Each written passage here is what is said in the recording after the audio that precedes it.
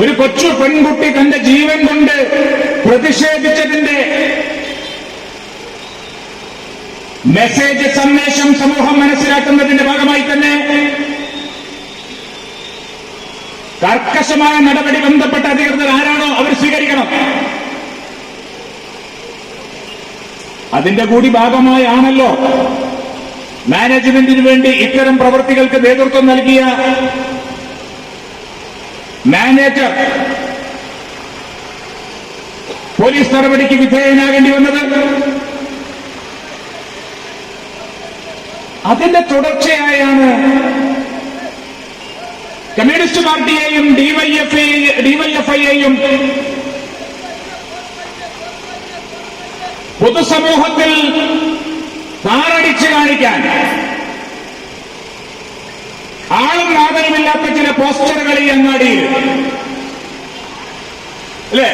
ഉടമസ്ഥനൊന്നുമില്ല. രാത്രി പാതിരക്ക് കയ്യമ്പല gloves, കാലുമ്പല gloves, മുഖത്ത് mask, അല്ലെ, തലയിൽ ഹെൽമെറ്റ്, എന്നിട്ട് പശ തേച്ച് രാത്രിയിൽ വന്ന് ഒട്ടിച്ച് ഫോട്ടോ എടുത്ത് അയച്ചു കൊടുക്കുകയാണ്. ആളെ തിരിച്ചറിയാൻ ഇത്ര ഭയപ്പാടാണെങ്കിൽ പിന്നെ നിൽക്കണം വേണോ?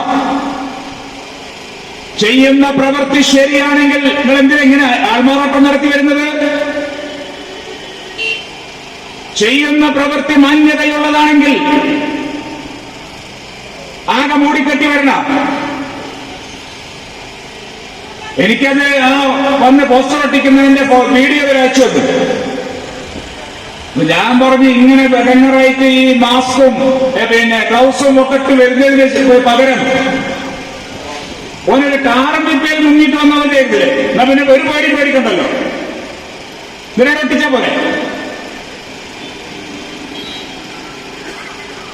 ഞങ്ങൾ ചെയ്യുന്ന പ്രവൃത്തി ശരിയാണ് എന്ന് തോന്നുന്നത് കൊണ്ടാണ് ഞങ്ങൾക്ക് മുന്നോട്ട് പോകാൻ കഴിയുന്നത്.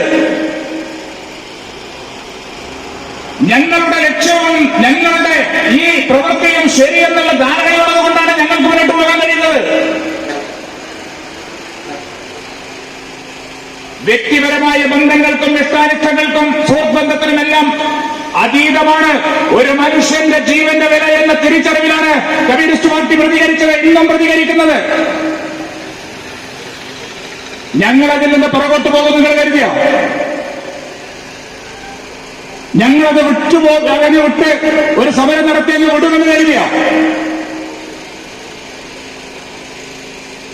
അങ്ങനെ പോസ്റ്റർ ഒട്ടിച്ചവരും ഒട്ടിക്കാൻ പറഞ്ഞയച്ചവരും, ഒരാൾ പറഞ്ഞയച്ചിട്ടുണ്ടല്ലോ, അതുകൊണ്ടാണല്ലോ ഒട്ടിച്ച് ഞാനിത് എന്റെ ജോലി നിർവഹിച്ചു എന്ന് ബോധ്യപ്പെടുത്താൻ ആ ഫോട്ടോ എടുത്ത് പറഞ്ഞയച്ചവർക്ക് അയച്ചു കൊടുത്തത്.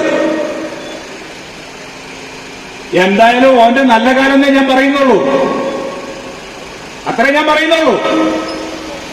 കൃത്യമായി മാസ്കും ഗ്ലൗസും ഒക്കെ വെച്ച് നിന്റെ ആ ഭയപ്പാട് നല്ലപോലെ മനസ്സിലുള്ളതുകൊണ്ട് ഒരാളും തിരിച്ചറിയരുത് എന്ന് നല്ല ഉത്തമമായ ബോധ്യമുള്ളതുകൊണ്ട് നിന്റെ കുട്ടി കുറ്റിപ്പുറത്തുപ്പോഴും നടക്കുന്നുണ്ട്.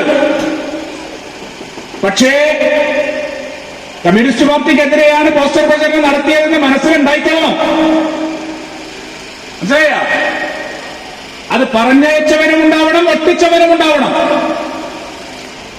എന്തെങ്കിലും ഒരു ദിവസം കള്ളി പൊളിയും. ആ കള്ളി പൊളിയുന്ന ദിവസം ഒട്ടിക്കാൻ അയച്ചവരും ഒട്ടിച്ചവരും കുറ്റിപ്പുറം ടൗണിൽ തന്നെ കാണണം. ഞങ്ങൾ ഇവിടെ ഉണ്ടാവും. ഞാൻ അത്ര അതിൽ പറയുന്നുള്ളൂ. ആശുപത്രി മാനേജ്മെന്റ് തിരുത്തലിന് വിധേയമായിട്ടില്ല എന്ന സന്ദേശമാണ് ഞങ്ങൾക്ക് ഇപ്പോഴും കിട്ടുന്നത്. അവിടെയാണ് പ്രശ്നം.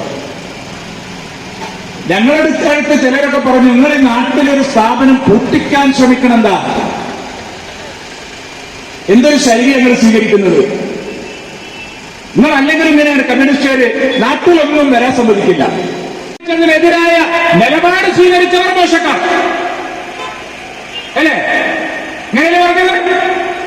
അപ്പൊ നിങ്ങളെ ബന്ധം വെച്ചു. പിന്നെയോ വേറെ രാഷ്ട്രീയ പാർട്ടികൾ, ബിജെപി ഉണ്ട് നിലപാട്. അതിൽ നിന്ന് വേറിട്ട് വെക്കുന്ന കുട്ടരാണ് കമ്മ്യൂണിസ്റ്റുകാർ. അത് മനസ്സിലാക്കണം. ഞങ്ങൾക്ക് ബന്ധങ്ങളെക്കാളും സുഹൃത്ബന്ധങ്ങളെക്കാളും അവരെക്കാളും എല്ലാം മേലെയാണ് തൊഴിലാളി എന്നുള്ള കാഴ്ചപ്പാട്.